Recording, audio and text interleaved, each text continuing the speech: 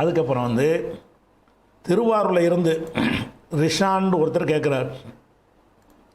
என்ன கேட்குறாருன்னா, தொழுது கொண்டிருக்கும் பொழுது பெண்கள் குறுக்கே சென்றால், நம்ம தொழுதுகிட்டு இருக்கிறோம், பொம்பளை குறுக்க போச்சு, குறுக்கே சென்றால் தொழுகை முறிந்துவிடும் என்று ஹதீஸ் படித்தேன்.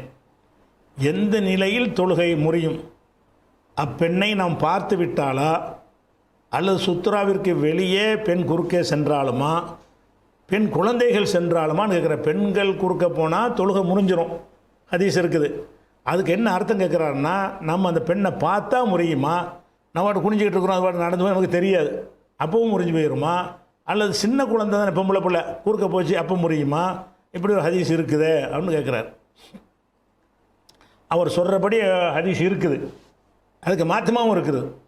அவர் சொன்ன ஹதீஸ் எப்படி இருக்குன்னு கேட்டால், ரசூல் ஸல்லல்லாஹு அலைஹி வஸல்லம் சொன்னதாக அபூ ஹுரைரா அறிவிக்கிறாங்க. முஸ்லீமில் வரக்கூடிய ஒரு ஹதீஸு, யக்தவு ஸலாத்த, தொழுகையை முறித்து விடுவார்கள், அல் மர்அத்து பெண்ணும், ஒல் ஹிமாரு நாயும், ஒல் கல்பு ஒல் ஹிமாரு கழுதையும், ஒல் கல்பு நாயும் தொழுகை முறித்து விடுவார்கள். நம்ம தொழுதுகிட்டு இருக்கிறோம், குறுக்க முன்னாடி ஒரு பெண்ணு போகுது, போனால் தொழுகை முறிஞ்சிடும். தொழுதுகிட்டு இருக்கிறோம், முன்னாடி ஒரு கழுதை போயிடுச்சு, அப்போ தொழுகை முறிஞ்சிடும். ஒரு தொழுதுகிட்டு இருக்கிறோம், ஒரு நாய் போயிடுச்சு, இந்த இதுக்கு அர்த்தம் தொழுகை முறிஞ்சு விடும்.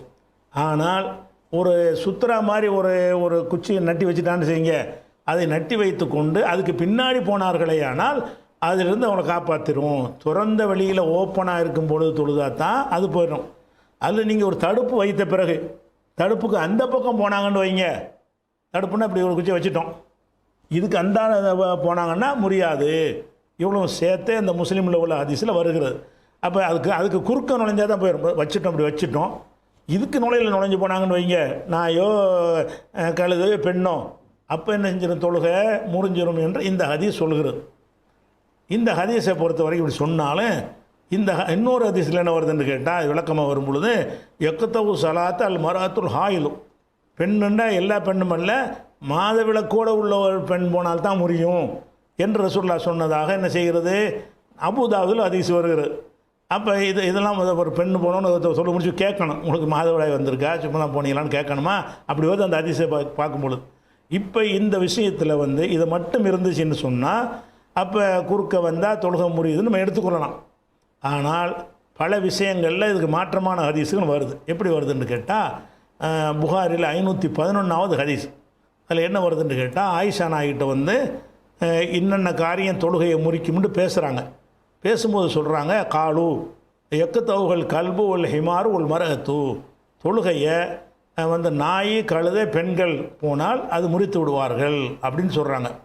உடனே ஆயிஷா நாய் சொல்கிறாங்க, லக்க ஜஅல்துமுனா கிலாபன், எங்களை நாயோடு சேர்த்துட்டிங்களா, நாய் குறுக்க போனால் தொழுகை முறிஞ்சிரும்னு சொல்கிறதோட பெண் போனாலும் முறியிருங்கிறீங்களே, லக்க ஜஅல்துமுனா கிலாபன், எங்களை நாயோடு ஆக்கி விட்டீர்களா என்று சொல்லிவிட்டு, லக்கத் ராயத்துன் நபிய ஸல்லல்லாஹு அலைஹி வஸல்லம், ரசூல் ஸல்லல்லாஹு அலைஹி வஸல்லம் அவர்கள் தொழுது கொண்டிருக்கும்போது நான் பார்த்துருக்கிறேன், ஓ இன்னீல பைனஹு பைனல் கிப்லா, நான் வந்து ரசூல்லாவுக்கும் கிப்லாவுக்கும் நடுவில் கிடப்பேன், படுத்து கிடப்பேன்.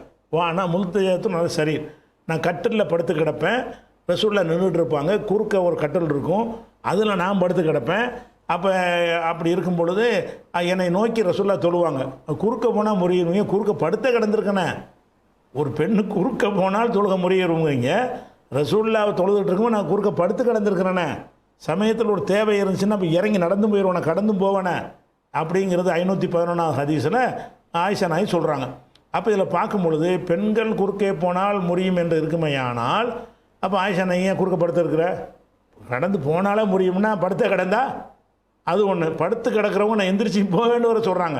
அதனால் அந்த அவங்க படுத்திருக்கிற இடத்த விட்டுட்டு வேறு எங்கேயா போய் தொழுதுருக்கலாம், அல்ல அவங்கள எந்திரிச்சு உட்காருங்க, தொழுகிற வரைக்கும் அந்த ஓரமாக உட்காரு, எனக்கு குறுக்க நிற்காத அப்படின்னு சொல்லியிருக்கலாம்.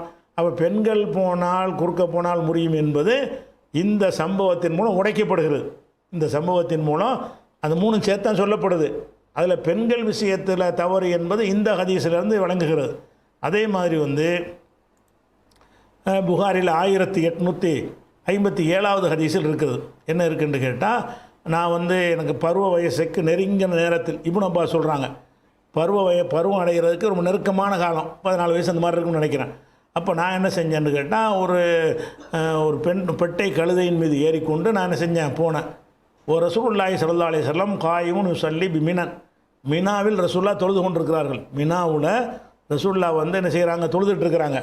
ஹத்தா சிறுத்து பைனயதை பாலி சஃபில் அவ்வளி, முதல் சஃப் இருக்குல்ல அதுக்கு நடுவில் நான் என்ன செஞ்சேன், அதில் போனேன்.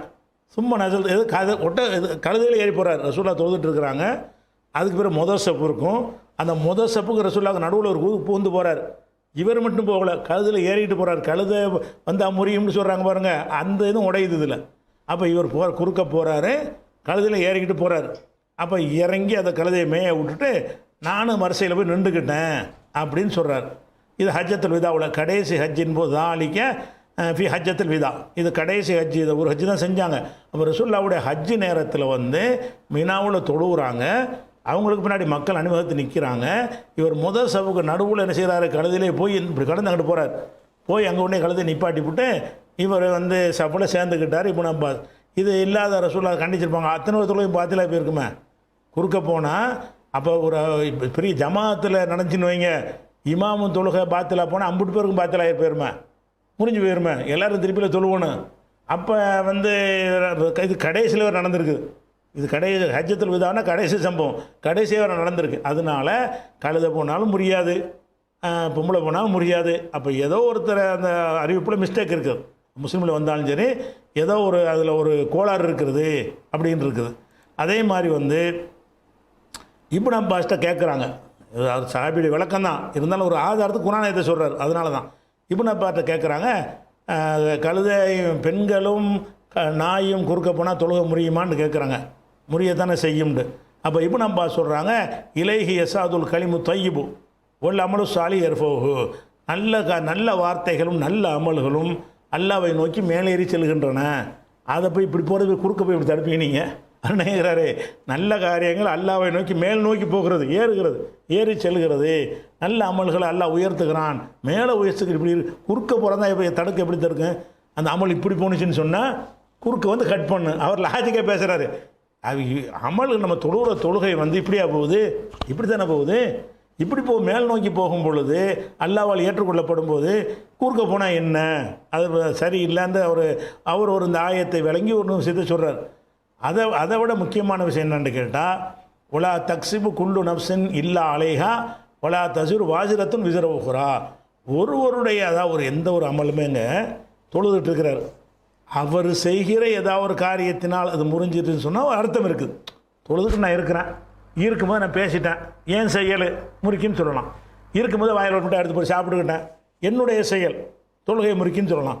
தொழுகை நான் இருக்கும்போதே நான் வந்து காற்று பிரிஞ்சிருச்சு, ஏன் செயல் முறியுதுன்னு சொல்லலாம்.